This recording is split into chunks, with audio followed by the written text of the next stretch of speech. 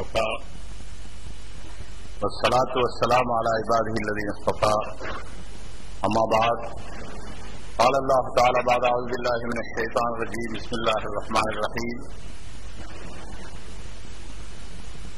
رب اشرح لي صدري ويسر لي أمري واحلل عقدة من لساني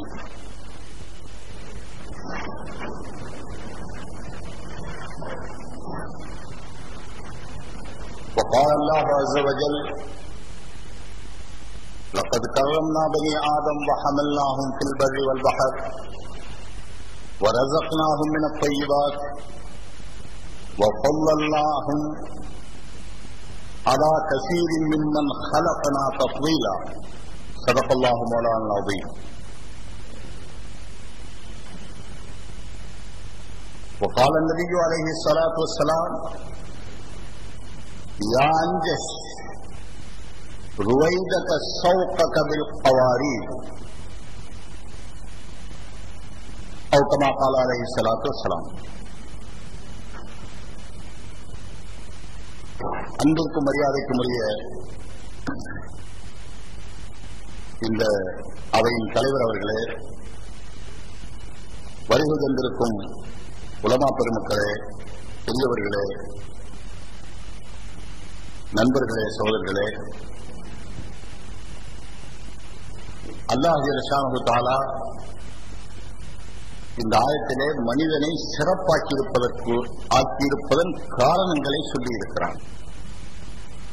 மனிதன் மகா சிறப்பானவன். மனிதனுக்கு ஈடு இணையான என்று சொல்ல இல்லை, மனிதனுக்கு சிறப்பு என்று சொல்லுகிற அம்சத்திலே அந்த வரிசையிலே வருகிற எதையுமே அல்லாஹ் படைக்கவில்லை. மனிதன் மனிதன் என்று சொல்லும் போது நாம் தான், அது நாம் தான். நமக்கு ஈடு இணையான அல்ல, சிறப்பு என்ற வரிசையிலே மனிதன் ஒருவனைத்தான் அல்லாஹ் படைத்திருக்கிறான். லகத் கர்ரம்னா பனி ஆதம். அல்லாஹ் இந்த ஆயத்தினுடைய ஆரம்பமே இதுதான். பனி ஆதமை மரியாதைக்குரியவர்களாக, கண்ணியத்திற்குரியவர்களாக, பெருமிதத்திற்குரியவர்களாக, பெருமைக்குரியவர்களாக, என்னென்ன அம்சங்கள் வேண்டுமோ அத்தனை அம்சங்களுக்கு உரியவர்களாக நான் படைத்திருக்கிறேன் என்று அல்லாஹ் தஆலா சொல்கிறான்.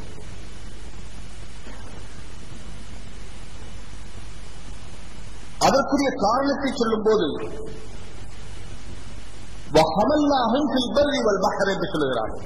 எத்தனையோ சிறப்பம்சங்களுக்கு மத்தியிலே இந்த ஒரு அம்சத்தை அல்லாஹ் தேர்ந்தெடுத்திருக்கிறான். வஹமல்னாஹும் ஃபில் பர்ரி வல் பஹர். நாம் மனிதனை கரையிலும் கடலிலும் வாகனங்களிலே செல்லுகிற வாய்ப்பை மனிதனுக்கு ஏற்படுத்தி கொடுத்திருக்கிறோம். கரையில எல்லா பிராணியும் போகுது, ஆனால் வாகனத்தை தன்னிஷ்டப்படி உபயோகிக்கிற பிராணி இந்த உலகத்தில் மனிதன் ஒருவன் தான். எத்தனை இரும்புகளை சேர்த்து அதற்கு ஒரு எண்ணெய் ஊற்றி அதை எரிந்துவிட்டு அதை தன்னுடைய கண்ட்ரோலிலே ஊட்டி செல்லுகிற மனிதன் இந்த மனிதன் ஒருவன் தான்.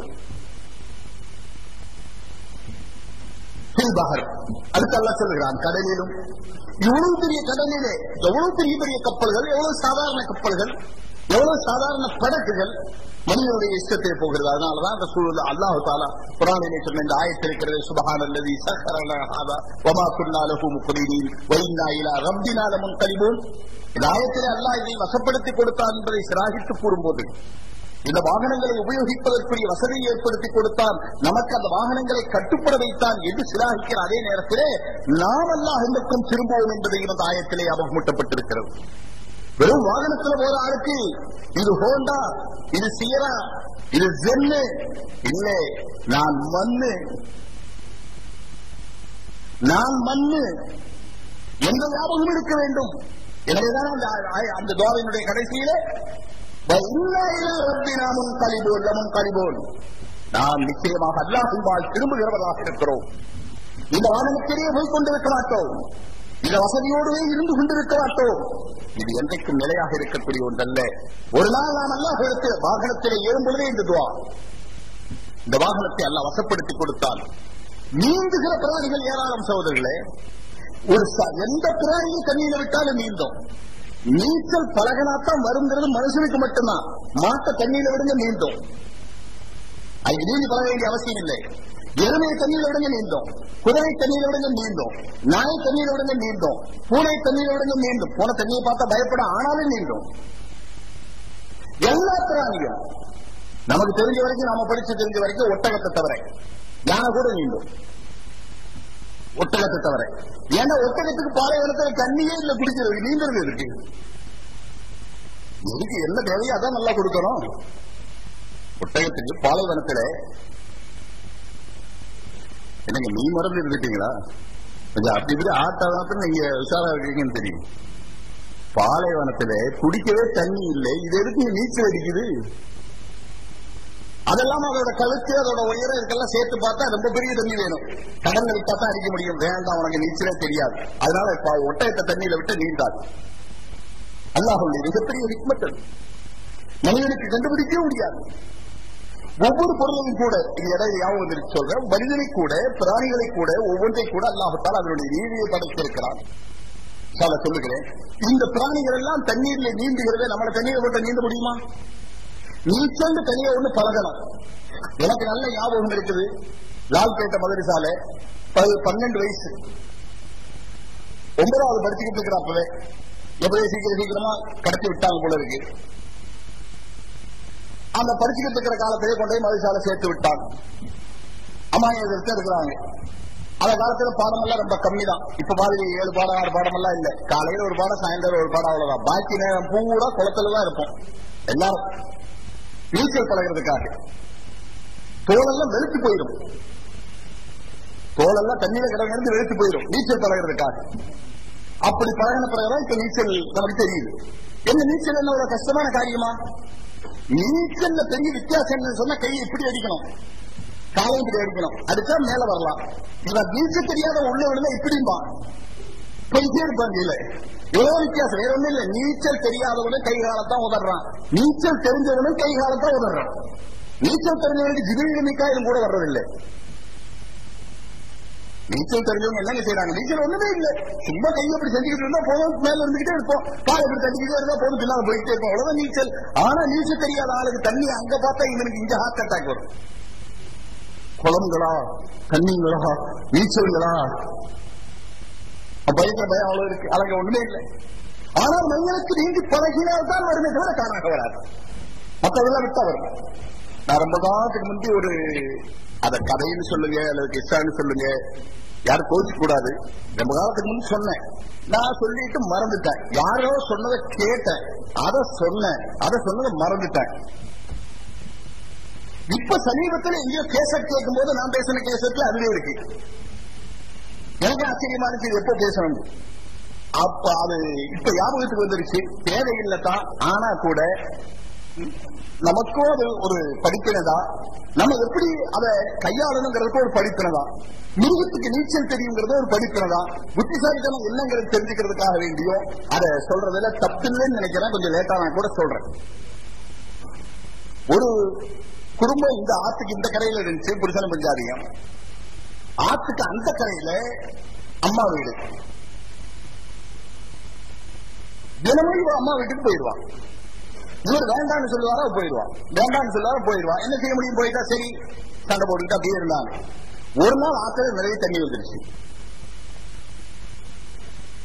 இன்னைக்கு இவர் நினைச்சாரு, எப்பவும் பழக்கம் போல இன்னைக்கு சாயந்தரம் அம்மா வீட்டுக்கு போனா தண்ணியில மாட்டிக்குவான். ஆனா போகாம இருக்க மாட்டான். என்னடா பண்றதுன்னு போய் யோசிச்சா, போகாதேன்னு சொன்னா போவான். என்ன செய்யறது? அப்ப இவனுக்கு ரொம்ப ஐடியா வந்துச்சு. அந்த காலத்துல யூபியில எல்லா வீட்லயும் எருமை மாடு வளர்த்துற பழக்கம். எருமை மாடு தண்ணியில நல்ல நீச்சல் அடிக்கும், அருமையா. அது நீச்சல் அடிக்கும் போது அதோட வாழை புடிச்சுக்கிட்ட போது அந்த கரையில போய் சேர்ந்துக்கலாம். இப்ப இவன் என்ன செஞ்சான் தெரியுங்களா? பஞ்சாதிட்ட போய், இதான் நம்மளும் செய்யணும். பஞ்சாதிட்ட போய், இந்தா நீ அம்மா வீட்டுக்கு போறதா இருந்தா நீ போறதா போய்க்க, என்ன செஞ்சுக்க, ஆனா எருமை மாட்டை மட்டும் குடிச்சிட்டு போக கூடாது. எருமை மாட்டை குடிச்சிட்டு போக கூடாது.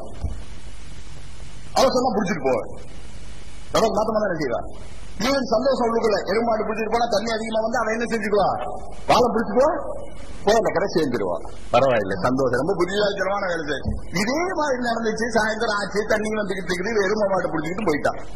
வெளியே போனவன் அவன் கத்திரிக்க ஆரம்பிச்சுட்டான். பார்த்தா வேற ஒண்ணும் கிடைக்கல, எருமாட்டை வாழை பிடிச்சிக்கிட்டா போயிட்டே இருக்கிறான். இவனுக்கு கரையில நின்று தன்னோட புத்திசாலித்தனத்துக்கு 102 மார்க் போட்டுட்டான். ஆனா இவனுக்கு உள்ளுக்குள்ள ஒரு பயம் வந்துருச்சு. திடீர்னு வாழை வேகமா தண்ணி வருது, எருமையும் வேகமா நீச்சல் அடிக்குது. இது எங்கேயாவது போற போக்குல வாழை விட்டுறக்கூடாது அப்படின்னு இவனை அறியாம அடியே வாழை விட்டுறாதேன்னா விட்டான்.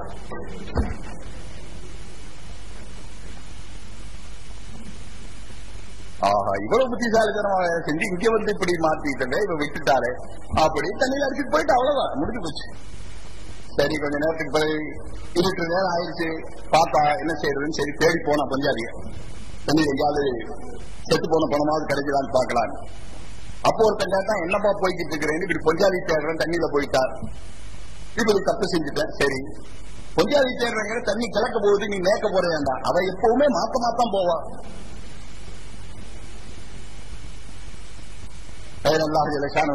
ஒவ்வொரு வஸ்துவையும் அதனுடைய இயற்கையை அதற்கு ஒரு நியதியிலே படைத்திருக்கிறான்.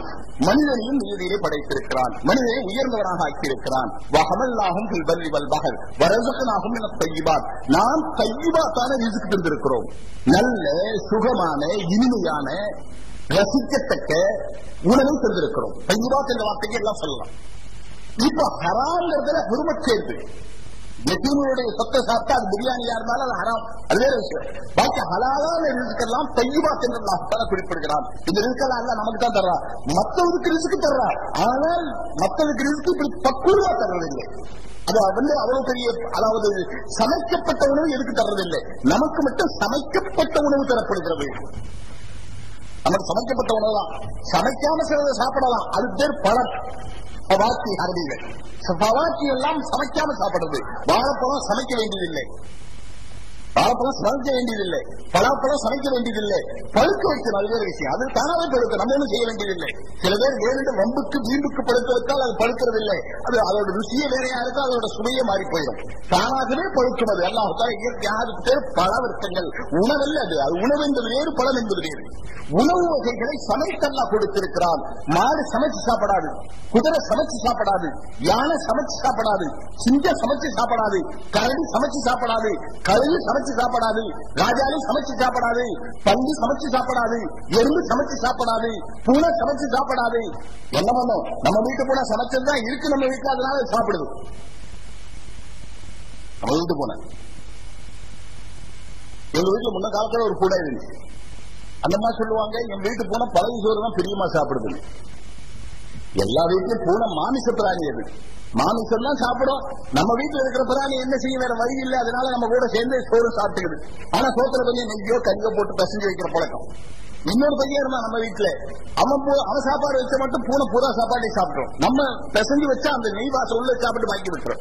அவன் வச்சா பூரா சாப்பிடும். என்னடா இவன் வச்சா மட்டும் பூரா சாப்பிடுதுன்னா, அவன் நெய்ய சாப்பாட்டு தடவை செய்யறது இல்லை, நெய்ய பூனை மூக்குல தடவி விட்டுறான்.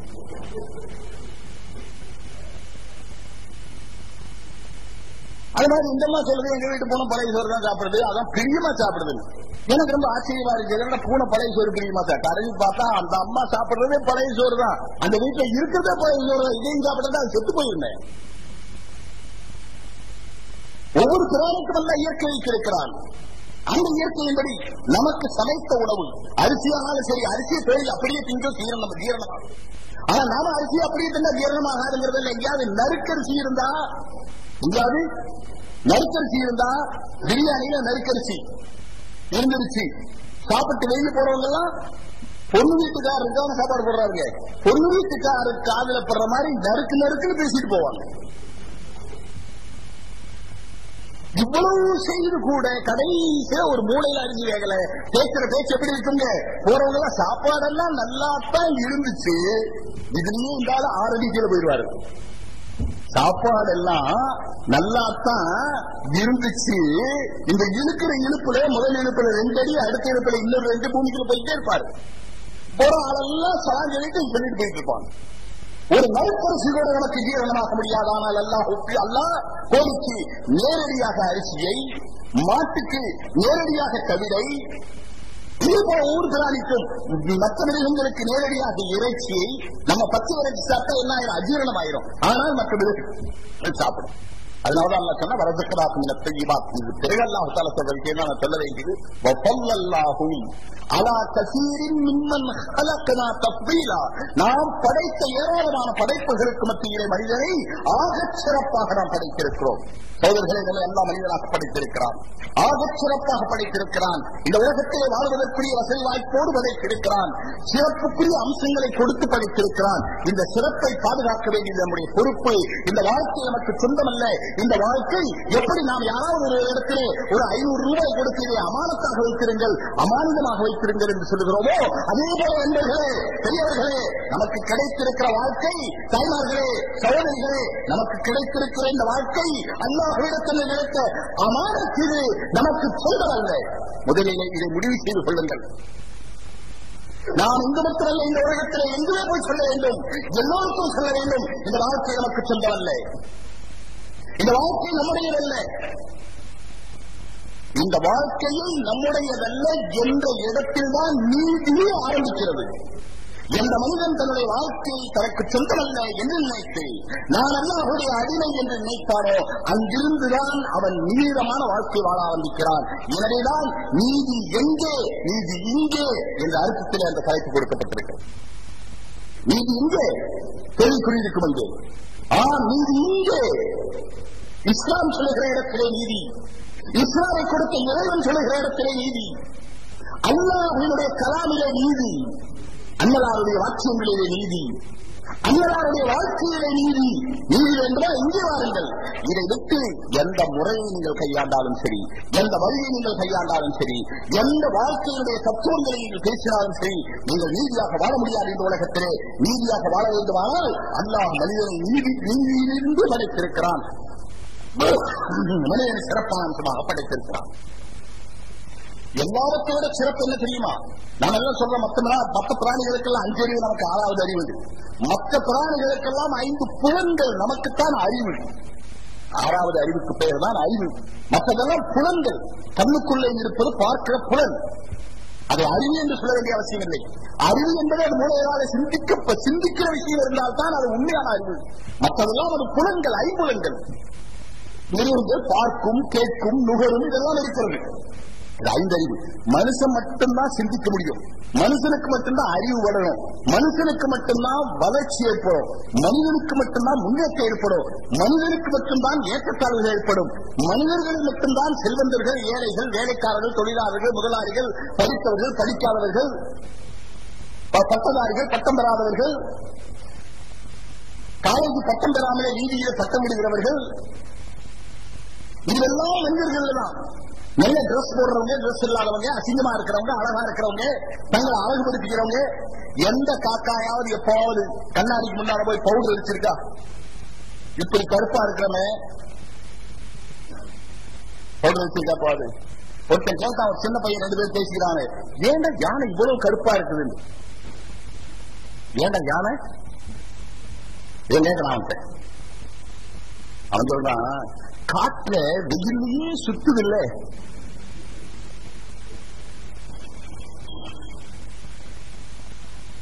எனக்காக அந்த கருப்பு சிவப்புன்னு கவலைப்பட்டுச்சா? கவலைப்படவும் தெரியாது, சந்தோஷப்படவும் தெரியாது. சகோதரர்கள், மயில் இவ்வளவு அழகா இருக்கு, மயில் இவ்வளவு அழகா இருக்கு, ஆனா மயில் சந்தோஷப்பட்டுக்குமா? நாமளா ஒரு கற்பனை பண்ணி எங்க தேசிய பறவைன்னு சொல்லிட்டோம். மயிலுக்கு தெரியுமா நான் தேசிய பறவை? நாமளா கற்பனை பண்ணி புலியை தேசிய விலங்குன்னு சொல்லிக்கிட்டோம். புலிக்கு தெரியுமா நான் தேசிய விலங்கு? நாமளா கற்பனை பண்ணி நமக்கு ஏற்பட்ட பயத்துல, விளவிளப்புல சிங்கத்தை காட்டுக்கு ராஜான்னு சொல்லிட்டோம். அதுக்கு ராஜான்லாம் தெரியாது, அதுக்கு ராஜான்லாம் தெரியாது. நாம சொல்லிக்கிட்டோம் சிங்கத்தை ராஜான்னு. சிங்கத்துக்கு தெரியாது ராஜான்னு. நம்முடைய கற்பனை கதைகள் நிறைய இருக்கு. நான் ஒரு கதை ஒருத்தர் சொன்ன, ரொம்ப வருத்தப்பட்டுக்கிட்டார் இல்ல, ஒரு வகையில் சந்தோஷப்பட்டார், வருத்தப்பட்டார். என்னன்னு சொன்னா, சிங்கம் ரொம்ப அபராதி பிராணி. ஆனா அதே நேரத்துல ரொம்ப ஜென்டிலா இருக்குன்னு சொல்றாங்க. சும்மா அனாவசியமா யாரையும் போய் தொந்தரவு பண்ணாது, பசிக்காத வரைக்கும் போய் வேட்டையே ஆடாது, யாராவது பார்த்தா கூட அதை பார்த்துட்டு போட்டும் சும்மா விட்டுரும், அப்படிலாம் ரொம்ப ஜென்டிலா நடந்துக்கும்னு சொல்றாங்க சிங்கத்தை பத்தி. அதே போல ஒரு பெண் சிங்கத்தோடு சேர்ந்தா அந்த பெண் சிங்கத்தோடவே தான் வாழ்க்கை நடத்தும், வேற பெண் சிங்கத்தை ஏறிட்டு கூட பார்க்காது. இந்த அசிங்கங்கள் தான் ஏறிட்டு பார்க்கறது. என்ன போனாலும் படத்தையும் பார்ப்பான், பொம்மலையும் பார்ப்பான், ரோட்டையும் பார்ப்பான், வீதியும் பார்ப்பான், என்ன கிடைக்குது இவருக்கு தெரியல. ஒரு நாள் கூப்பிட்டு வச்சு கேட்கணும், என்ன பின்னாலே பார்த்துட்டு போறீங்க, என்ன கிடைச்சிச்சுன்னு. ஒன்றும் கிடைக்காது, சும்மா பார்க்கறதா. வெறும் பார்வை, எட்டு பார்வை, தேவையில்லாதது, அனாவசியமானது, மனிதனுடைய ஆற்றலை குறைக்கக்கூடியது. மனிதர்களுக்கு ஆற்றல் குறைந்து போச்சுன்னு சொல்றது காரணம் இந்த காலத்துல எல்லாத்த விட பாவங்கள் செய்ததுதான் காரணம். நான் அந்த கதை சொன்னேன். ஒரு நாள் ஒரு நரி போய் மாட்டிக்கிட்டான் சிங்கத்துக்கு. இப்ப சிங்கம் அடிச்சா ஒரே அடிக்காது, வேற ஒண்ணு ரெண்டாவது மூணாவது நாளாவது அடிக்க. நம்ம பள்ளி அடிக்கிறது 10 அடி அடிச்சுட்டு கூட கடைசி பால் தான் மிச்சம், பள்ளி போயிடும். பால் கிடக்கும், பள்ளி போயிடும். இப்ப நமக்கு பெரிய கவலை, என்ன பண்ண முடியும்? ஒன்றும் பண்ண முடியாது. ஆனா சிங்கம் இருக்கு, அது ஒரே அடி, அதனுடைய பஞ்சா, அதனுடைய கை இருக்கு, அப்படி அதனுடைய நகம் அப்படிப்பட்டது, அது பாஞ்சிச்சுன்னு சொன்னாலே அது விழுகிறதுலேயே அது செத்துடும். இந்த நரி கிடைச்சிக்கிச்சு, இப்ப ஒரே அடியில சாக போகும்போது சொல்லிச்சு, ராஜாவை கொஞ்சம் பொறுங்க. கற்பனை, நான் எது சொல்ல வர, நம்மளா சில கதைகள் கற்பனை பண்ணிக்கிறது. உடனே அது கொஞ்சம் உஷாராயிடுச்சு, என்னடா நரி இப்படி சொல்லுதுன்னு சொல்லி, என்ன விஷயம் சொல்லு. இந்த காட்டுல என்னை கடவுள் பெரிய புனிதமான படைப்பாக படைச்சு அனுப்பியிருக்கிறார். எது சொல்லுங்க? நெய் என்ன ரொம்ப புனிதமான படைப்பா படைச்சு அனுப்பியிருக்காரு. இப்ப காட்டுல எல்லா மிருகமும் என்ன கண்டா பயப்படும். ஆகையினால என்ன நீங்க சாகடிச்சீங்கன்னா கடவுள்கிட்ட போய் ரொம்ப பெரிய குற்றவாளி ஆகுங்க. நெய் சொல்லு. இதுக்கு ஆச்சரியமா போச்சு. ஒன்ன போய் கடவுள் புனிதமா படைச்சிருக்கிறாரா? ஆமா. நிஜமா சொல்றியா? ஆமா. உன்னை கண்டா எல்லா மிருகம் பயப்படுமா? உன்னை கண்டா எல்லா மிருகம் பயப்படுமா? ஆமா. நீ போய் சொல்ற, நிச்சயமா இல்லை. வேணா என் கூட வந்து பாருங்க, வேணா என் கூட வந்து பாருங்க. அப்படியா? எல்லாம் பயப்படுமா? இந்த ராஜா பாவம் அப்புறாணி, சிங்கதான் அப்புறாணி ஆச்சுங்களே, பிராணியோட அது அப்புறாணி கூட. நிஜமாவா? ஆமா. என் கூட வாங்க. நரி முன்னால போகுது, சிங்கம் பின்னால போகுது. போக போக பிராணியெல்லாம் ஓடுது, பிராணியெல்லாம் ஓடுது. இந்த சிங்கத்துக்கு பெரிய அதிர்ச்சி, என்னடா இந்த நரியை கண்டு எல்லாம் ஓடுது, இந்த நரியை கண்டு என்ன உள்ளார போல பாக்கலாம் விழுந்து வச்சு ஓடுது, எதுவும் நிக்க மாட்டேங்குது.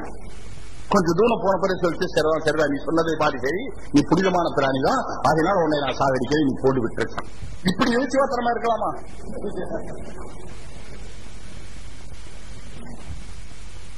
இதே மாதிரி நம்ம பேர் குழுவில ஆளு இருப்பாங்க, அரசியல் அதுல இதெல்லாம் முன்னால விட்ட போயிடுவார். இவருக்கு அவன் நினைச்சுக்குவாங்க.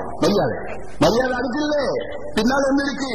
எந்த நபருக்கு கிடைக்கிறோம் அந்த நபருக்கு கூட இல்ல, அந்த நபருக்கு பின்னால் சிங்கம் போன்ற ஒரு பதவி இருக்கிறது, அதுக்குத்தான் மரியாதைங்கிறது இந்த நரிக்கு புரியாது. அந்த மரியாதை பதவி விட்டு இறங்கிட்டா அவன் என்ன கேட்கிறான்னு பாக்க. பதவி விட்டு இறங்கிட்டா அவர் எவ்வளவு பெரிய ஆளா இருந்தாலும் சரிங்க, அவருக்கு எவ்வளவு பெரிய சம்பளமா இருந்தாலும் சரி, ஊர்ல அவர் தான் எல்லாத்தையும் என்ன பண்றவரு, அதிகாரம் பண்றவர். அப்படி இருந்தா கூட, நான் பேரெல்லாம் சொல்ல விரும்பல, அவர் நாளைக்கு என்ன ஆயிட்டாருங்க, பதவி முடிஞ்சிருச்சு, அவருடைய காலம் முடிஞ்சிருச்சு, பதவி விட்டு இறங்கிட்டா அப்ப வாட்ச்மேன் கேட்பான், என்ன சார் அந்த வந்து என்ன கிடைக்கும், மாசம் மாசம் கிடைக்குது பென்ஷன் எல்லாம் ஒழுங்கா வருதா சார்? பென்ஷன் எல்லாம் ஒழுங்கா?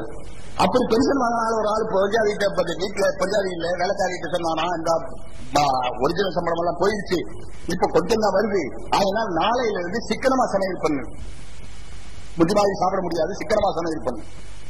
அவன் வேலைக்காரி சரிட்டா, பஞ்சாதி இல்ல செத்து போச்சு, வேலைக்காரி சரிட்டா. அது மாதிரி மறுநாள் அந்த விசேஷமான சமையல்லாம் இல்ல, சாதாரண சாப்பாடு வந்துச்சு. அப்படி ஒரு வாரம் 10 நாள் ஆச்சு. திடீர்னு ஒரு நாள் சாப்பிட்டு இருக்கும் போதே இவருக்கு யோசனை வந்துச்சு, என்னமோ வாசம் அடிக்கிற மாதிரி தெரியுதுன்னு உள்ள போய் பார்த்தா சமையல்காரி எப்பவும் போல நல்ல சாப்பாடு சாப்பிட்டு இருக்கிறான், தங்க சமைச்சு. இவர் கேட்டாரு, அடிப்பாவி, நான் தான் சொன்னனே பாசெல்லாம் போச்சு, என் சம்பளம் எல்லாம் போச்சு, நீங்க இப்படி சமைக்க கூடாதுன்னு சொன்னனே, நீங்க இப்படி சாப்பிடுறேன், உங்க சம்பளம் தானே போச்சு. யார் சம்பளம் போச்சு? உங்க சம்பளம் தானே போச்சு. என் சம்பளம் எப்பவும் போல இருக்கு, நீங்க தான் ரிட்டையர்ட் ஆகிட்டீங்க, நான் ரிட்டையர்ட் ஆகலையே. பதவியின் காரணமாக யாருக்கு மரியாதை இருக்கிறதோ அதை நறுக்கி கிடைத்த மரியாதை. இன்றைக்கு உலகத்தில் ஏராளமாக ஏமாந்து கொண்டிருக்கிறார்கள். நறுக்கி கிடைத்த மரியாதையை அது சிங்கத்துக்கே கிடைத்திருக்க மரியாதையாக அவர்கள் நினைத்துக் கொண்டிருக்கிறார்கள். அது சிங்கம் அல்ல. அல்லாஹ் தஆலா அறிவு வளர்ச்சி என்பது மனிதனுக்குத்தான் வைத்தான், பேச்சு மனிதனுக்குத்தான் வைத்திருக்கிறான், மூளை வளர்ச்சி மனிதனுக்குத்தான் வைத்திருக்கிறான். எல்லா விதமான காரியங்களும் மனிதனுக்குத்தானே தவிர மற்றவர்களுக்கு இல்லை. எனவே மனிதன் உணர்ந்து கொள்ள வேண்டும், நான் இந்த உலகத்தை எப்படி நடக்க வேண்டும். குர்ஆனில் அல்லாஹ் நூற்றுக்கணக்கான இடங்களிலே இந்த நீதியைத்தான் சொல்லி இருக்கிறான். அல்லாஹ் இதுவெல்லாம் சொல்லி இருக்கிறானோ அது நீதி. அல்லாஹ் சொன்னபடி நடப்பதற்கு பேர் நீதி. தெளிவாகவே சில இடத்திலே அல்லாஹ் சொல்லி இருக்கிறான். இன்னல்லாஹ யஅமுருக்கும் அல்லாஹ் தஆலா ஏவுகிறார். அதில் வழி இஹ்சானோட இருக்கிறது. அதிலை கொண்டு இஹ்சானை கொண்டு ஏவுகிறார். இரண்டு அது என்றால் நீதி. இப்ப இருந்து நான் அதுங்கிற வார்த்தையை வைக்க நீதி புரிஞ்சுக்க. அது இருந்தாலே நீதி. அது அவதியில அல்ல அதனை கொண்டு ஏவுகிறான், இஹ்சானை கொண்டு ஏவுகிறான். தக்வா நீதியாக நடங்கள், அதுதான் தக்வாவுக்கு உகந்தது. கியாமத்துடைய நாளிலே அல்லாஹ் மீசான் வைத்திருக்கிறான். கியாமத்துடைய நாளிலே அல்லாஹ் தஆலா நீதி தராசு வைத்திருக்கிறான். தராசு என்றாலே நீதி. கியாமத்துடைய நாளிலும் அல்லாஹ் அநீதி செய்ய மாட்டான். உலகத்திலும் அல்லாஹ் எந்த காரியத்திலும் அநீதி செய்வதற்கு அனுமதி தரவில்லை. மாறாக அல்லாஹ் தஆலா அதனை கொண்டு இஹ்சானை கொண்டு ஏவுகிறான் என்று குர்ஆனிலே சொல்லுகிறான்.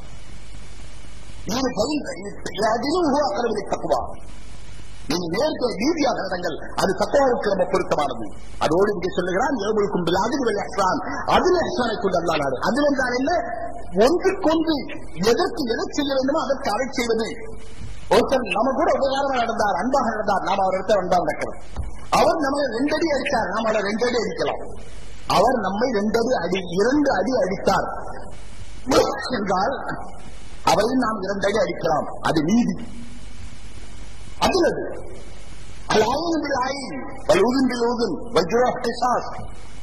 கண்ணுக்கு கண்ணு, காதுக்கு காது, காயங்களுக்கும் பழிவாங்கிற உரிமை உங்களுக்கு இருக்கிறது. அதனால அல்ல இப்படி சொல்லியிருந்தாங்க, என்ன செஞ்சாலும் நீங்க பொறுத்துக்கணும் சொல்லி இருந்தா நாமெல்லாம் இப்போ போயிருப்போம். என்ன செஞ்சாலும் பொறுத்துக்கணும்.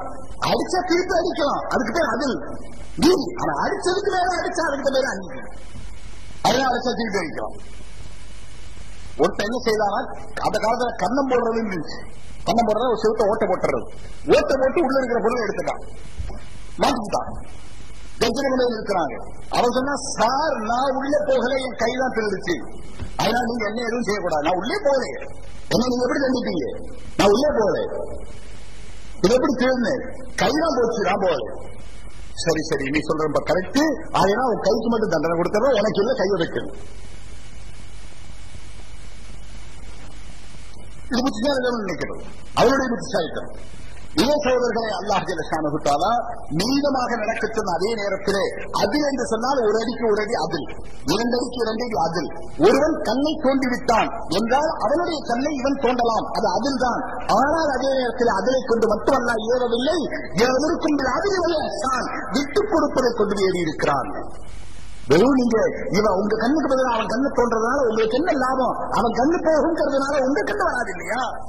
இதைத்தான் யோசிக்கணும்.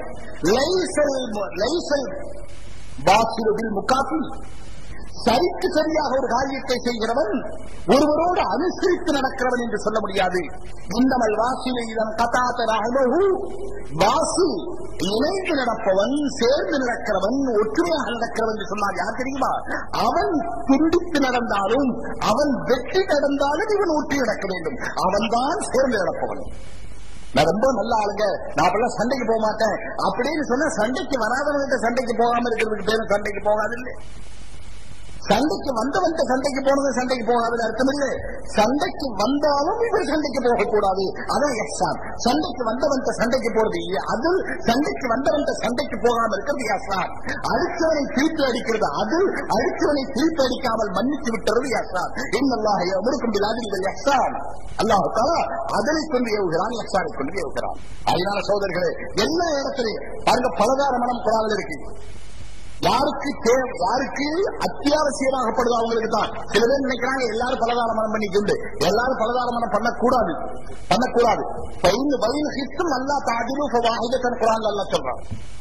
அதுனா அல்லா தாழு நீங்கள் நீதியாக நடக்க முடியாது என்று இருந்தால் அல்லா தாதிலு, தாதில் என்ற வார்த்தை அதிலிருந்து வந்தது.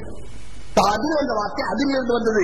நீங்கள் நீதியாக நடக்க முடியாது என்று பயந்தால் ஒரு மனைவியோடு நிறுத்திக் கொள்ளுங்கள். பதானிக்கு அதுனா அல்லா தாவுரு, நீங்கள் எல்லை கடக்காமல் இருப்பதற்கு அதுதான் நல்லது. அந்த வார்த்தையை எல்லாம் சொல்லிட்டான். ஒரு மனைவியோடு நிறுத்துங்க. 2 மனைவி 3 மனைவி 4 மனைவி நிர்பந்த நேரத்திலே அத்தியாவசியமாக இருந்தால் திருமணம் செய்து கொள்வது, நிக்கா செய்து கொள்வது ஜாயிஸ் என்றாலும் கூட நீதியாக நடக்கணும். நீதினா எப்படிங்க, இந்த வீட்டுக்கு என்ன கொடுக்கிறோமோ அதே அந்த மனைவிக்கு கொடுக்கணும். இந்த மனைவிக்கு எத்தனை சேவை வாங்கி கொடுத்தோமோ அத்தனை சேவை அந்த மனைவிக்கு கொடுக்கணும். இந்த மனைவி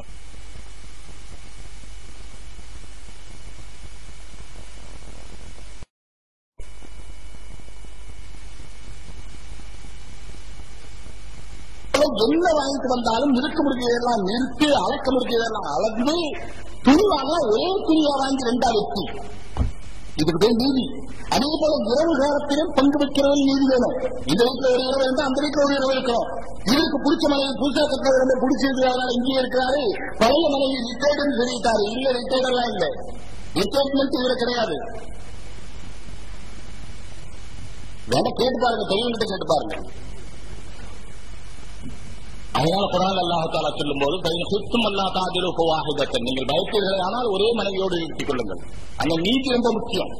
கல்யாணத்தினுடைய தேவை எந்த அளவு முக்கியமோ அதை விட பன்மடங்கில் 11 மடங்கு நீதி முக்கியம். ஒரு மணி நேரத்தில் நீதி தேவை. நான் சொல்ல வந்த நீதி என்பது இஸ்லாத்துக்குள்ளே இருக்கிறது.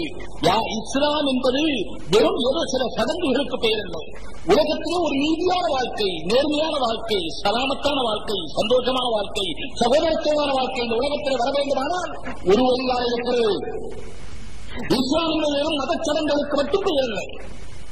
மதச்சடங்கின் மூலமாக மனிதன் உருவாக்கப்படுகிறான். மதச்சடங்கின் மூலமாக மனிதன் தக்வாவிற்குரியவனாக ஆகிறான். மதச்சடங்கின் மூலமாக மனிதன் முத்தகியாக ஆகிறான். மதச்சடங்கின் மூலமாக மனிதன் மூமினாக ஆகிறான். மதச்சடங்கின் மூலமாக மனிதன் முத்தவக்கிலாக ஆகிறான். மதச்சடங்கின் மூலமாக மனிதன் சாபிராக ஆகிறான். மதச்சடங்கின் மூலமாக மனிதன் ஷாக்கியாக ஆகிறான். மதச்சடங்கின் மூலமாக மனிதன் முனிவாக ஆகிறான். மதச்சடங்கின் மூலமாக மனிதன் அல்லாஹ் பக்கம் ராஜி ஆகிறவனாக ஆகிறான். அவருடைய எந்த காரியம் இந்த உலகத்துடைய ஆதாயத்தை அடிப்படையாக கொண்டதாக இருக்காது. உலக ஆதாயம் தேவைதான், ஆனால் அடிப்படை உலக ஆதாயமாக இருக்காது. மனிதனுடைய ஆதாயத்தோடு இந்த உலகத்துடைய நீதி நேர்மை அவருடைய வாழ்க்கையுடைய லட்சியமாக இருக்கும். என்னுடைய உலகத்துக்கு சவால் எடுத்துச் சொல்லுகிறோம். நீதியான வாழ்க்கை உலகத்திலே நாட்டை நிறைவேற்ற வேண்டும் என்று நீங்கள் ஐநாவிலே பேசுங்கள். அல்லாஹ்வை மறப்பீர்களானால் அல்லாஹ் வேலை செய்யாது. அல்லாஹ்வை மறப்பீர்களானால் உலகத்தில் எந்த சக்தி சேர்ந்தாலும் சரி, எவ்வளவு மாநாடுகள் நடத்தினாலும் சரி, உச்சி மாநாடுகள் உங்களுடைய உச்சியை பிடித்து குறுக்கு வைக்கிற இந்த உலகத்தை ஆளுகிறவனாக ஆக முடியாது. உலகத்தை ஆளுகிறவன் அல்லாஹ் என்றால் உங்களை தலைத்தோடு இருக்கிறான் இல்லையா? இல்லை என்று நீங்கள் சொல்லுகிறீர்களா? உங்களை பற்றி எங்களுக்கு அக்கறை இல்லை. உலகை தலைத்தோடு இருக்கிறான் என்று யாரெல்லாம் ஏற்றுக்கொள்கிறீர்களோ அந்த ஒருவன் என்ன சொல்லுகிறான் அதை கேளுங்கள். அவன் சொல்லுகிறபடி நடக்கும். எனவே தனி மனித வாழ்க்கையிலிருந்து ஆரம்பிக்க வேண்டும். ஒரு தனி மனிதன் அவன் எந்த இடத்தில் இருந்தாலும் சரி, அவன் நீதவானாக இருக்க வேண்டும், நீதிக்குரியவனாக இருக்க வேண்டும். இறைவனை பயப்படுகிறவன் நீதியோடு நடக்கிறான். இல்லாதவன் இந்த உலகத்தினுடைய ஆசைப்பட்டவனாக அதற்கு அடிமையாகி விடுகிறான். மனிதன் அடிமையாவது என்பது இயற்கை. அடிமையாக இல்லாமல் மனிதன் வாழ முடியாது. ஆனால் அல்லாஹ்வுக்கு அடிமையாகிவிட்டால் அவன் ஒழுங்காக வாழ்கிறான். கூனைதாதல்லாஹி இஹ்வானா, கூனைதாதல்லாஹி இஹ்வானா.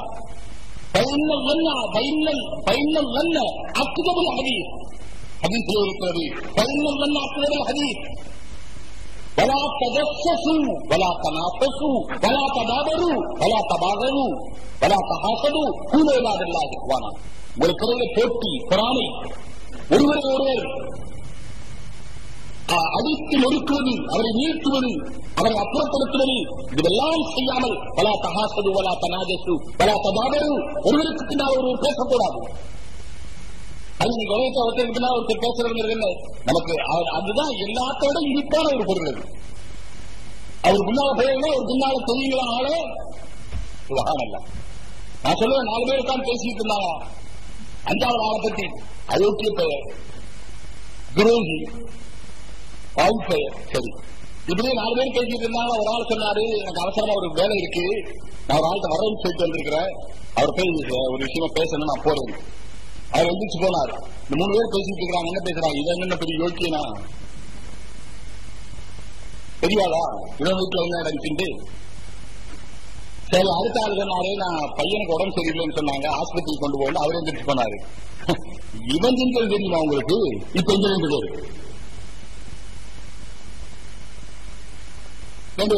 ரெண்டாவது ஆளும் போயிட்டான், ஒரு ஆள் உட்கார்ந்து இருக்கான். இப்ப என்ன பேசுறான்? இப்ப மனசோடு பேசுவான். அதைத்தான் சூழலா சொன்னாங்க. இந்த பாவம் ஈஸ்வரன் குரான் சொன்னா நீங்க நினைக்கிறதும் பாவம், அடுத்தவங்களை பத்தி நினைச்சாலும் பாவம், ரெண்டாவது ஆளுக்கு பேசாலும் பாவம், 2 பேர் 3வது ஆளுக்கு பேசாலும் பாவம், யாருக்கு பேசாலும் பாவம், நீங்களா உட்கார்ந்து நினைச்சுக்கிட்டு இருந்தா அதுவும் பாவம். இந்த பாவம் ஈஸ்வரன் சொன்னாங்க. நினைவு இருக்கிறது அது பேச்சுக்களில் மகா பெரும் பேச்சு என்று சொன்னார்கள். அதெல்லாம் நினைக்கவும் கூடாது. இஸ்லாமிய வாழ்க்கை இந்த உலகத்தில் வருமானால் அடுத்தவர்களை குற்றப்படுவதில்லை, அடுத்தவர்களை பற்றி தனியாக உட்கார்ந்திருக்கிற ஒரு மனிதர் நினைக்கக்கூட மாட்டான் என்று சவால் எடுத்து சொல்லலாம். நீதி வேண்டுமா? இங்கே இருக்கிறது. இங்கே சொல்கிறீர்கள் இல்லாத இடத்தில் இங்கு நீதி அகராதியிலே இருக்கிறது. நீதி என்ற வார்த்தை அகராதியிலே இருக்கிற வாழ்க்கையிலே இல்லை. எனவே யாரோ சொன்ன மாதிரி நீதி செத்து போனதற்கு அடையாளமாகத்தான் வக்கீல்கள் எல்லாம் கருப்பு கோட்டு போட்டிருக்கிறார்கள்.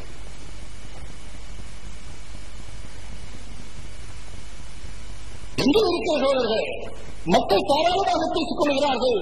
யாரை பற்றி? நீதிபதியை பற்றி. அது நீதிபதிதான் நாட்டுக்கே உயிரானவர். கவர்மெண்டை கூட தட்டி கேட்க இருக்கிற ஒரே ஒரு நீதிபதி. அவருக்கும் நீங்கள் கொல்லி வைக்கிறீர்களே, உங்களுடைய முடிவு என்ன ஆகும் என்று தெரியாது. எனது சோதரர்களை தனிமனித வாழ்க்கையிலும் மனிதன் நீதியாக இருக்க வேண்டும். இரவிலும் பகலிலும், தனிமையிலும் கூட்டிலும், ரகசியத்திலும் பரசியத்திலும் எங்கே இருந்தாலும் சரி அவன் நீதியாக இருக்க வேண்டும் என்று சொன்னால் அதற்கு அடிப்படையாக அமைய வேண்டியது ஈமான், அல்லாஹ் மீது இருக்கிற நம்பிக்கை, ஆகிரத்தின் மீது இருக்கிற நம்பிக்கை.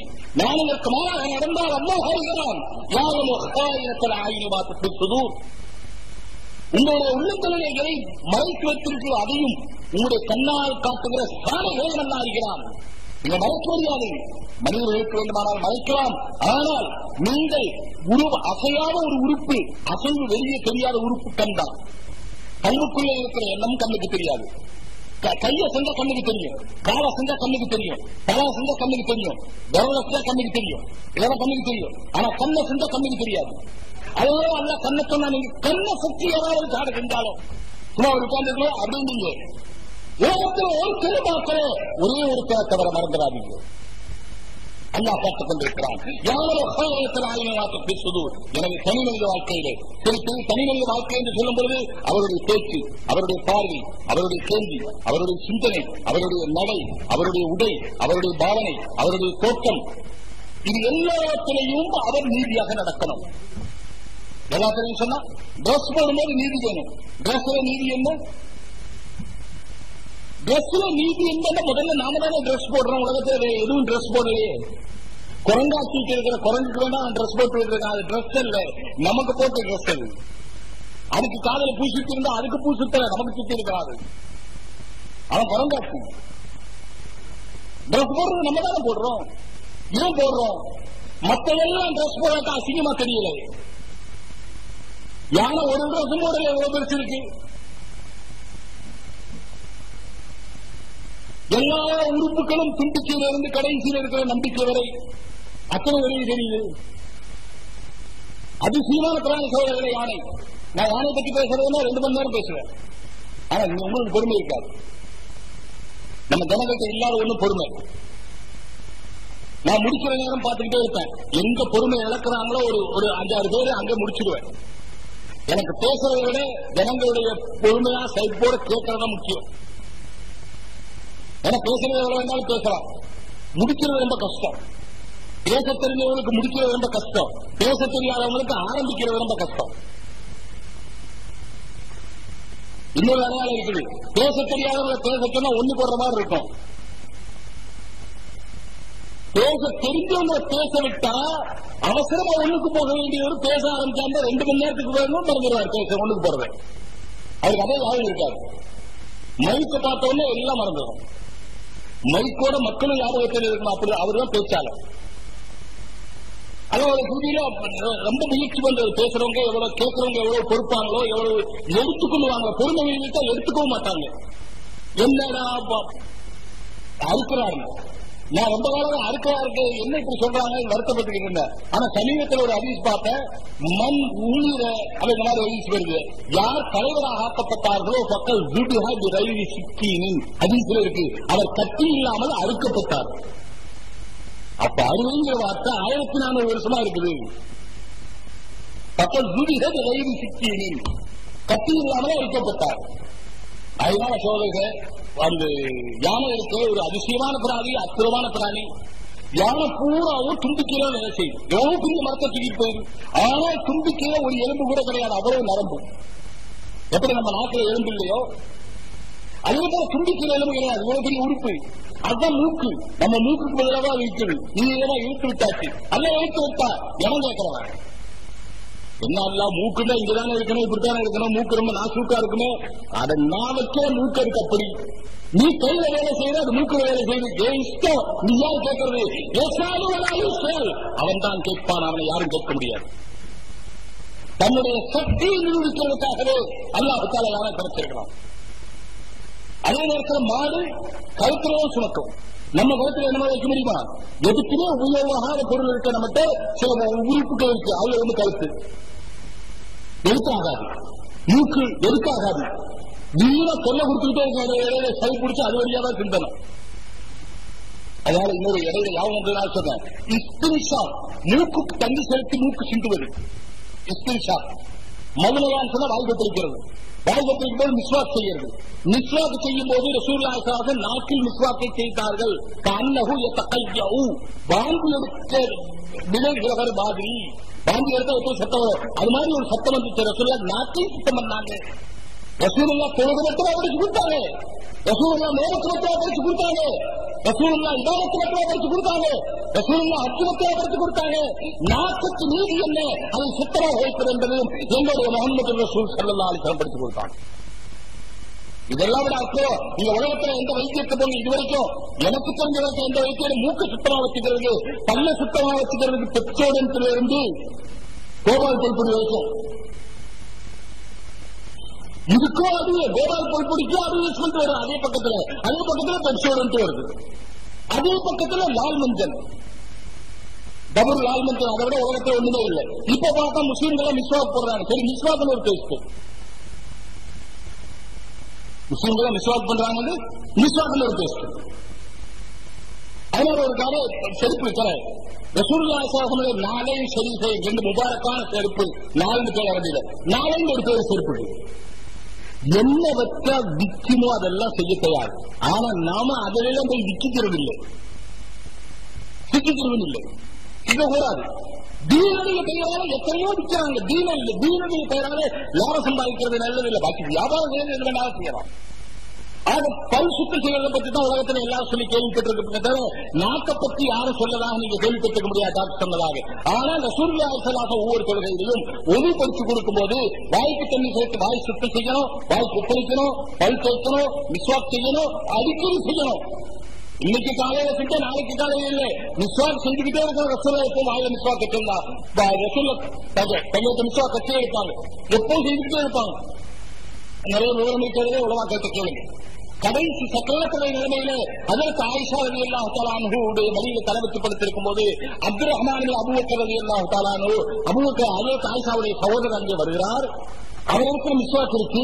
ரசூலுல்லாஹ் அந்த மிஸ்வாக்கையே பார்த்தார்கள். அதற்கு ஆயிஷா புரிந்து கொண்டார்கள். ரசூலுல்லாஹ் மிஸ்வாக் செய்ய விரும்புகிறார்கள் என்று அந்த மிஸ்வாக்கை வாங்கி அதை மென்று மிருதுவாக்கி ரசூலுல்லாஹ்வுக்கு கொடுத்தார்கள். ரசூலுல்லாஹ் மிஸ்வாக் செய்தார்கள். அதற்கு ஆயிஷா சொல்லுகிறார்கள், எனக்கும் ரசூலுக்கும் இடையிலே இருந்த பந்தத்திலே சில விசேஷமான பந்தங்கள் மௌத்தாவதற்கு முன்னாலே என்னுடைய எச்சி ரசூலுல்லாஹ்வுடைய எச்சியோடு கலந்தது. அதற்கு ஆயிஷா ரொம்ப புத்திசாலி. அதே போல சோதனைகளை இன்றைக்கு நல்ல புத்திசாலிகள் உலகத்தில் இருக்கிறாங்க. பெண்கள் தான் புத்திசாலி இல்லைன்னு அர்த்தம் நினைக்கிறக்கூடாது. பெண் வித்து பின் வித்துங்கிறதுக்கு ரெண்டு அர்த்தம் இருக்கு. ஒண்ணு ரொம்ப பின்னால இருக்கும் முன்னால வராதுன்னு அர்த்தம், இன்னொன்னு ரொம்ப முன்னால இருக்கும் அப்படின்னு அர்த்தம். பின் புத்தி ரொம்ப பின்னால இருக்கும், பின்னால என்ன என்பதை யோசிப்பாங்க.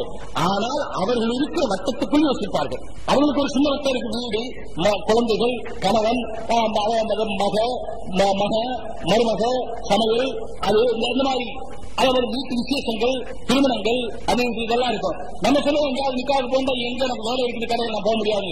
இல்லைங்க, நம்ம வீட்டு கல்யாணத்துக்கெல்லாம் வந்தாங்களா, அதனால போகணும். குடும்ப கௌரவத்தை முதல்ல பார்க்கறது பெண்கள் தான். அந்த இடத்துல நம்ம பெண்கள் சொல்லவே கேட்கணும். அதனால எல்லாத்தையும் கேட்கணும்னு சொல்ல வரல, அட்ஜஸ்ட்மெண்ட் பண்ணி சில விஷயங்கள் நமக்கு புரியாது. ஏன்னா நம்ம கடையிலேருந்து போறீங்க, கடையிலேருந்து போகும்போது அந்த டென்ஷன் இந்த டென்ஷன் சொல்லுவீங்களா? கடைக்காரர் இருந்தாலே டென்ஷனுக்கு மறுபேர் தான். வியாபாரி டிஸ்டர்ப்ல இப்ப டென்ஷன் எழுதணும். தீபாவளி சீசன்ல மகா டென்ஷன், சாதாரண சீசன்ல ரொம்ப டென்ஷன், எல்லா டென்ஷனும் முடிஞ்ச ரம்ஜான் டென்ஷன். நோம்பு வைக்கிறதா கடையை வைக்கிறதா, நோம்பு வைக்கிறதா கடையை வைக்கிறதா, இன்னும் தராவிக்கு போறதா கடையில் இருக்கிறதா, அப்பதான் வியாபாரமே நடக்குது. என்னங்க எல்லாது, அதாவது சாதாரண என்னங்க ரேஷன்காரன் கூட தீபாவளிங்க ரேஷன் விற்கிறாரு கூட சாதாரண செருப்புக்குத்தான் சரி இருக்கு, சம்பந்தமே இல்லாத பொருள். என்னங்க இந்த மெழுகுவத்தி தீபாவளி பிசினஸ், மெழுகுவத்தி தீபாவளியில் என்ன பிசினஸ் எனக்கு இது வரைக்கும் விளங்கல. சரி சொல்றா, மெழுகுவத்திக்காரன் தீபாவளி பிசினஸ், இந்த சட்ட பட்டன்காரன் தீபாவளி பிசினஸ், எல்லா உலகத்திலும் ஒரு பேரும் இது ஒன்றாக வந்துட்டால் பாருங்க, ஒரே டென்ஷன் டென்ஷன். இந்த டென்ஷனோட வீட்டுல போனா வீட்டுக்காரங்களுக்கு என்ன இருக்கும்? அவங்க ஃப்ரீயா எல்லா வேலையை முடிச்சுட்டு மாப்பிள்ள வருவாரு, அவங்களுக்கு மாப்பிள்ள வேணுங்கள என்னங்க ஆமாண்டா சொல்லிக்கங்களேன், போனா போது அது மாப்பிள்ளைன்னு ஒரு 10 நாளைக்கு சொல்லுவாங்க. அது ஏன்னு கேட்டா நம்மள கொஞ்சம் ஏற்றி விடுறது, அப்பதான் அப்படி வேடப்பா ஒரு வாரத்துக்கு. கல்யாணம் முடிச்சு குரூப் போட்டோ எடுத்தான் எங்கேயோ ஒரு இடத்துல. அப்போ முன்னாளுக்கு அந்த பையன் கேட்டானா, அப்போ அந்த ஆளு கடைசியில ஒருத்தர் பெரியவர் நிக்கிறாரு, அவர் ஏன் உம்முன்னு நிக்கிறாரு? அதாவது பொண்ணோட அப்பாடா ரொம்ப செலவு பண்ணி உம்முன்னு நிக்கிறாரு. சரி, இந்த கடைசியில ஒரு அம்மா உம்முன்னு நிக்கிறது ஏன் நிக்கிறா? அது இப்ப மாப்பிள்ளையோட அப்பா அம்மா, அதனால மாப்பிள்ளையோட அம்மா ஏன் உம்முன்னு நிக்குது? வர்ற மருமகள் எப்படி இருப்பாளோ என்னவோ தெரியலையா, அதனால நிக்குது. இப்படி ஒரு தான் கேட்டார். இந்த நடு ஒரு ஆள் மட்டும் சிரிச்சுட்டு இருக்கிறாரு அப்படின்னா அதான் மாப்பிள்ளை, அவரு நாளையில இருந்து அப்படி ஆயிடுவாரு.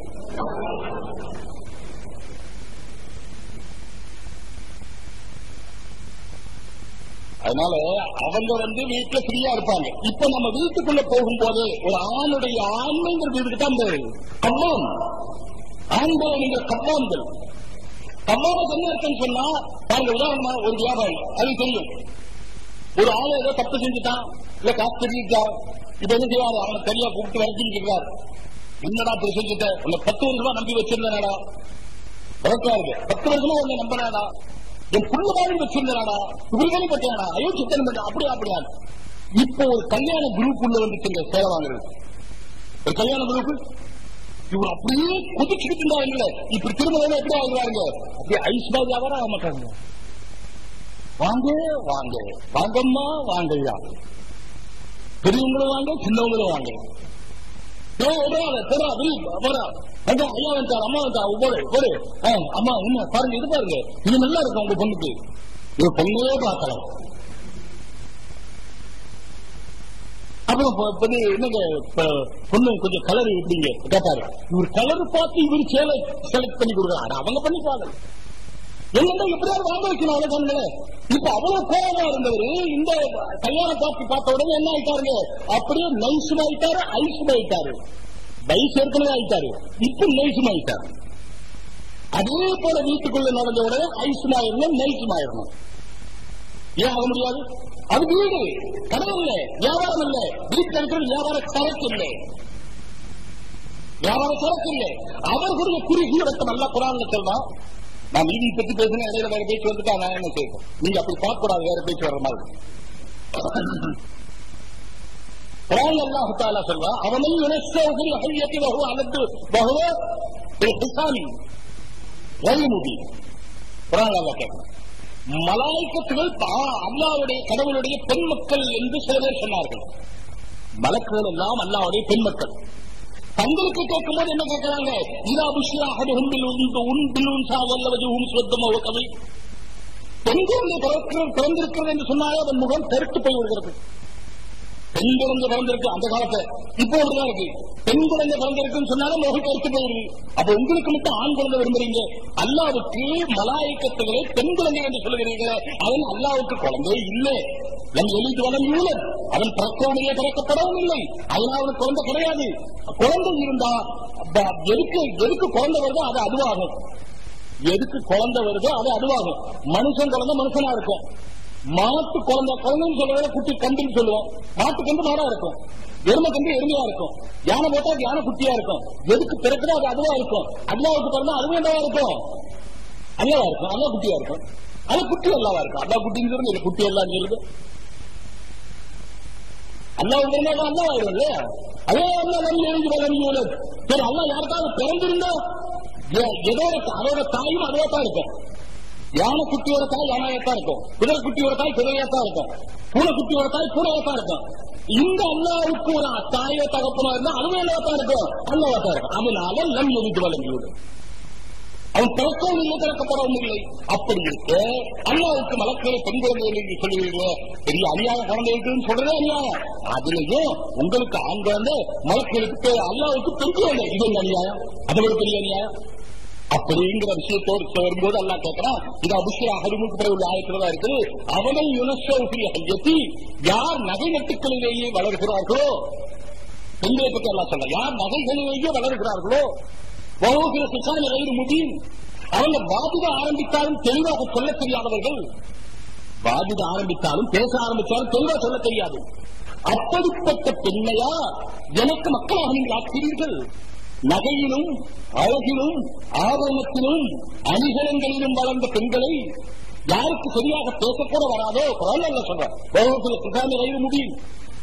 வாதிடுதல் என்று வரும்போது, பிரச்சனை என்று வரும்போது சரியாக பிரச்சனை சொல்ல தெரியாதவர்கள், அப்படிப்பட்ட பெண்களையா எனக்கு மக்களாக நீங்கள் ஆக்குகிறீர்கள் என்று அல்லாஹ் தலப்படாமல் கேட்கிறார். அப்ப பெண்களுடைய சுபாவம் இது. அழகு, ஆபரணம், அணிகலன், இதெல்லாம் அவங்களுக்குள்ள சுபாவம், அதை மாற்ற முடியாது. ஆனா இப்ப நமக்கு அந்த சுபாவம் வந்துருச்சு. நம்மளும் அழகு பார்க்கறது, ஆபரணம் பார்க்கறது, நமக்கு அந்த அது அப்படி இருக்கணும், இப்படி இருக்கணும். ஆணுக்கு இருப்பது அசல் வீரம், அதோட லட்சணம், வீரமும் லட்சணமும். பெண்ணுக்கு அழகும் வீட்டு நீதியும், வீட்டு நீதியும். நீதி நீதி இல்லை, பெண் நீதிக்கு வந்தா நீதி இல்லை, பெண் நீதிக்கு வர்றதே நீதி இல்லை, வீட்டு நீதினா பெண்ணுக்கு தேவை. அதனால பெண்கள் வளர்றது அழகல் தான், அழகு அதான் விளங்கணும், அவ்வளவு போதும் விளங்குறது, நல்லா அழகா இருக்கணும், பிள்ளைகள் அழகா இருக்கணும், இதெல்லாம் வளர்த்துக்கிறது. சரி, இன்னும் அது அடுத்த ஆயத்தில் இருக்கு பாருங்க, வகுப்புல சுத்தாமி எழுதி முடியும். பிரச்சனைன்னு வரும்போது அவங்களுக்கு தெளிவா சொல்ல தெரியாது. இப்ப நம்ம வீட்டுல அப்படியா இருக்குங்க, இந்த பிரச்சனைன்னு வந்தா அங்க நம்ம நல்லா பேசுறோமா அவங்க நல்லா பேசுறாங்களா? சும்மா அதான் சொல்லுங்க. கடைசியில் அவங்க சொல்றாங்க, நீங்க என்னங்க இப்படி இருக்கிறீங்க, உங்களுக்கு ஒண்ணுமே தெரியாதுங்க. அப்பதான் தெரியுதா என்னடா நமக்கு ஒண்ணுமே தெரியாது. இது அசல்ல தெரியாத காரணம் அல்ல, அந்த அழகுல மயங்கிற மயக்கத்துல அறிவு மயங்கி போச்சு. அதுலங்க எனக்கு கல்யாணம் 20 வருஷம் ஆச்சு, 30 வருஷம் ஆச்சு, நான் எங்க மயங்குறேன்னு சொல்லாதீங்க. அது மயக்கம் கடைசி வரைக்கும் இருக்கும். நம்ம பார்த்தோம்ல ரோட்ல வயசான ஒண்ணு ஏற்றிட்டு போய்கிட்டு இருக்கீங்கல்ல, இதை முடிஞ்சு போச்சு. அதெல்லாம் அந்த 40 வயசோட முடிஞ்சு போச்சு பெண்ணு அப்படின்னு கல்வியா விட்டாங்க. 2 பேர்த்தையும் அந்த முதியோர் இல்லத்தில் அட்மிட் பண்ணா மக்கள் கிட்டவாங்க, இந்த 2 பேர்த்த ஒன்னா அட்மிட் பண்ணிடுறோம், நாங்க 2 பேருமா பேசிக்கிட்டு இருக்கிறோம். வயசா வைத்தாலும் அந்த மயக்கம் தீர்றதில்லை. வயசான கோச்சுக்காதீங்க, உள்ளதான் நான் சொல்றேன். ஒருத்தர் பேச்சு எடுக்க போனாரா 60 வயசு காட்டு கேட்டாரா, எங்க 60 வயசுலயே செக்ஸ் உணர்வு இருக்குமான்னு கேட்டாரா. சரி, இதெல்லாம் கேட்கறீங்க, எனக்கு வெக்கமா இருக்கு, எங்க அப்பாட்ட கேளுங்க என்றார்.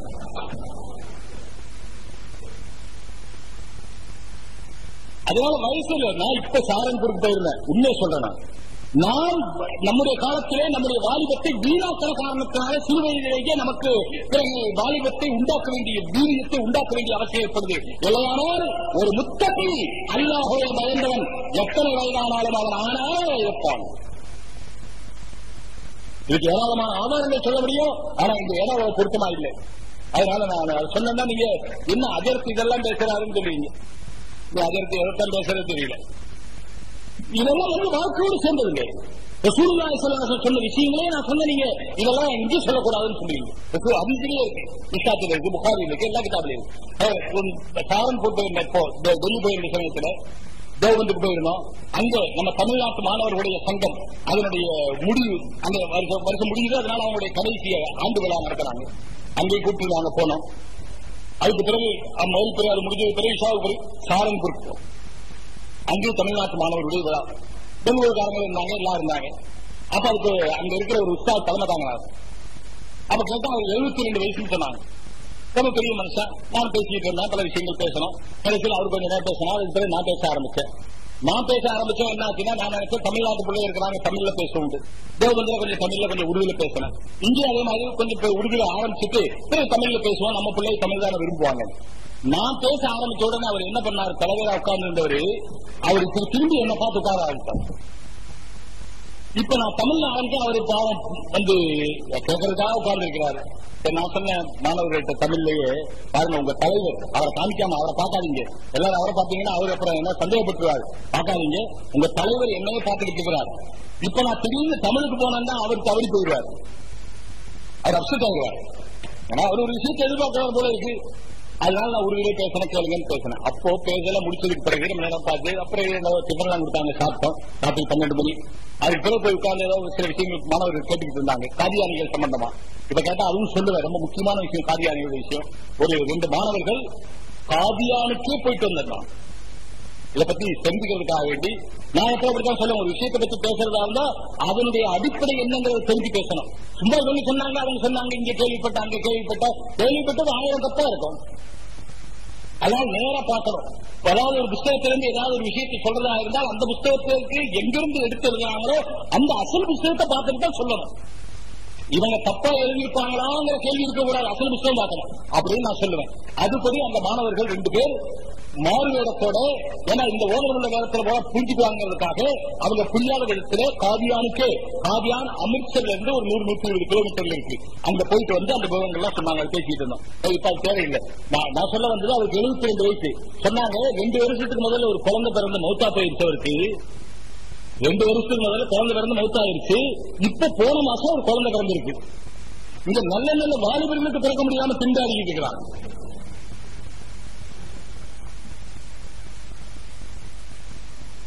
बड़ी लंबी चौड़ी कोशिश के बाद उनको पैदा हुई है. ஆனா வந்து அவர் 72 வயசு போன மாசம் குழந்தை வந்திருக்குன்னு சொல்றாங்க. இந்த வயசோட தடையில்ல சோழர்களே, வாலிபத்தை வீணாக்காமல் இருக்கிறவர்கள் என்றுமே வாலிபர்கள் தான். நான் சொல்ல வந்த நீதி என்பது வீட்டுக்குள்ள இருந்து ஆரம்பமாகுது, மனைவியிலிருந்து ஆரம்பமாகுது. மனைவி நீதியாக நடக்கிறது எப்படி, மக்களை நீதியாக நடக்கிறது எப்படி, குடும்பத்தை நீதியாக நடக்கிறது எப்படி, சொந்தக்காரர்களை நீதியாக நடக்கிறது எப்படி, உறவினர்களை நீதியாக நடக்கிறது எப்படி, இதெல்லாம் தனிமனித வாழ்க்கையோடு சம்பந்தப்பட்டது. இந்த தனி மனிதன் நீதியுள்ள மனிதனாக ஆகாதவரை உலகமே காதிலிருந்து ஏற்றுக்கொள், உலகமே கேட்டுக்கொள். இந்த உலகத்தில் நீதியுடைய வாசனை கூட பார்க்க முடியாது. நீதி எங்கே என்று கேட்கிறீர்களா, நீதி இங்கே என்று சொல்லுகிறோம். எனவே இந்த பேச்சுக்கு நான் விரும்புகிறேன் நீதியை நோக்கி என்று தலைப்பு கொடுக்க வேண்டும் என்று விரும்புகிறேன். நம்ம உசேனியா கேசர் இங்கே உட்கார்ந்திருக்கிறார்கள். இந்த பேக் போட்டிருக்காரு, அவர் தான் உசேன். அபூ ஹனீஃபா மாதிரி பேர்ல சேர்த்துக்கிட்டார் உசேனியான, கேசத்துக்காக சேர்த்துக்கிட்டார். அவருக்கு ரொம்ப ஆர்வத்தோடு இன்னைக்கு வந்திருக்கிறார். என்ன காரணம் சொன்னா, இதுவரைக்கும் கேசட்டை எடுத்து ஏதோ அல்லாவுடைய கிருபை, அல்லாஹ் யாருக்காவது எந்த பேச்சு கொண்டாது நன்மை தரட்டும். அதனால பல பேச்சுக்கள் எடுத்து இதுவரைக்கும் என்னோட பேச்சு 99 கேசட் போட்டாராம். இன்னைக்கு பேசுறது 100வது கேசட். அது எடுத்து அதுக்கு ஒரு வெளியீட்டு விழா வைக்க போறேன்னு சொல்றாங்க. அடுத்த மாசம் ஏதோ சொல்லி இருக்கிறாரு, அங்க திருச்சியில ஒரு வெளியீட்டு விழா வைக்கிறேன்னு சொல்லி. அல்லாவுடைய கருணை, அல்லாவுடைய கிருபை, இதெல்லாம் ஏதாவது ஒரு வகையில் அல்லாஹ் நாம மௌத்தானால ஜனங்க சொல்லி கேட்டுக்கிட்டு இருக்கட்டும். நமக்கு உலக ஆதாரம் நோக்கம் இல்லை, நமக்கு உலக ஆதாரம் நோக்கம் இல்லை. அல்லாஹ் ஏதாவது ஒரு பேச்சை கொண்டு இந்த பேச்சில யாராவது ஒரு மனிதர் திரும்பி ஒருத்தர் கல்வி எழுதியிருந்தார், அவருடைய கல்யாணத்துக்கு வரணும்னு சொல்லி, எனக்கு அறிமுகம் இல்லை உங்களை, ஆனாலும் என் கல்யாணத்துக்கு நீங்க வந்தே ஆகணும் அப்படின்னு சொல்லி அந்த கடிதத்தில் தான் உங்களுடைய கேசத்தை அதை அத்தனை தடவை கேட்டேன், இத்தனை தடவை கேட்டேன் எல்லாம் எழுதிட்டு, இப்பொழுது கூட உங்களுடைய கேசத்தை நான் கேட்டுக்கொண்டுதான் இந்த கடிதம் எழுதுகிறேன். இப்பொழுது இரவு 3:45, ராத்திரி 3:45 அடுத்த வாரம் கல்யாணம் இருக்கு. நான் சொன்னேன் இப்படி முடிச்சுட்டு இருந்தா அப்ப எப்படி முடிப்பேன், அப்புறம் பரபரன்னு முடிப்பேன். சோழர்களே அல்லாஹ் கொண்டாவது ஆகட்டும். அதனால் நாம் சொல்லுகிறேன், நீதியை நோக்கி செல்லுகிறவர்களுக்கெல்லாம் நாம் அழைக்கிறோம். நீதி இங்கே. நீங்கள் எங்கே என்று கேட்கிறீர்களா? நீதி இங்கே. தனிமனித வாழ்க்கைக்கு நீதி, கணவன் மனைவி வாழ்க்கைக்கு நீதி, குழந்தைகளோட வாழ்க்கைக்கு நீதி. குழந்தை எப்படி வளர்க்கணும்? ஹதீஸ் அவர்கள் யாருக்கு எந்த பெண் குழந்தை இருந்ததோ பலம் அந்த குழந்தையை பெண் குழந்தை குளிக்க வேண்டி கிடைக்கவில்லை, அப்தரஹா அதை நல்ல முறையில் அதற்கு ஒழுக்கம் படித்துக் கொடுத்தான். பிறகு அதை முறையாக வளர்த்து அதற்கு என்ன செய்ய வேண்டும் அதை செய்து கொடுப்பார். ஆனால் நானும் அவரும் ஒன்றாக சொர்க்கத்துக்கு போவோம் என்று சொன்னார். பெண் குழந்தை பெற்றவர்களை அல்லாஹ் கேளுங்கள். இப்படி போச்சே அப்படின்னு கவலைப்படாதீங்க. ஆனா பெண்ணோ நம்ம கையில் இல்லை. சோழர்களே, ஒரு முக்கியமான விஷயம் நான் சொல்ல விரும்புகிறேன். எது நம்ம கையில் இல்லையோ அதுக்காக கவலைப்படவே கூடாது. எது நம்ம கையில் இல்லையோ எதையாவது நம்ம கையை கொண்டு செய்ய முடியுமான முயற்சி பண்ணி பார்க்கலாம். இப்ப நான் பேசிட்டு இருக்கிறேன், நான் ஓரளவு நல்ல விஷயங்களா சொல்லணும், ஜனங்களுக்கு பிரயோஜனமா இருக்கணும், வாழ்க்கைக்கு பிரயோஜனமா இருக்கணும், அப்படி நான் முயற்சி பண்ணா இது என் கையில கொடுத்து அல்லாஹ் கொடுத்திருக்கிறான். இதன் தொடர்ச்சியை ஒரு பாகத்தில் கேட்டு மகிழுங்கள். முஸ்லிமியா கேசட் செல்லில் வெளியிடும் அனைத்து இஸ்லாமிய கேசட்டுகளும் கிடைக்கும் இடம் ரசூல் புக் சென்டர், பாஷா ஷாப்பிங் காம்ப்ளெக்ஸ், இலக்கம் 7, சிங்காரத்தோப்பு, திருச்சி 8. தொலைபேசி 702385. இஸ்லாமிய பெருமக்களே, உங்கள் இல்லந்தோறும் இஸ்லாமிய நறுமணம் கமழ வேண்டுமா? திருக்குரான், ஹதீஸ், இஸ்லாமிய பெரியவர்களின் சொற்பொழிவுகள், ஷஹீத் அல்வாஜ் பழனி பாபா அவர்களின் வேறு மிகுந்த சொற்பொழிவுகள், இஸ்லாமிய சரித்திரங்கள் மற்றும் இஸ்லாமிய அரபி, உருது, தமிழ் பாடல்கள், இசைமுரசு ஹாஜி நாகூர் ஈகம் தமிழ்பாவின் புதிய பழைய பாடல்கள் பதிவு செய்து கொள்ளவும், பதிவு செய்யப்பட்ட தரமான கேசட்டுகள் வாங்கவும் நீங்கள் வருகை தர வேண்டிய இடம் ரசூல் புக் சென்டர். ரசூல் புக் சென்டர், பாஷா ஷாப்பிங் காம்ப்ளெக்ஸ், இலக்கம் 7, சிங்காரத்தோப்பு, திருச்சி 8. Phone number 702385.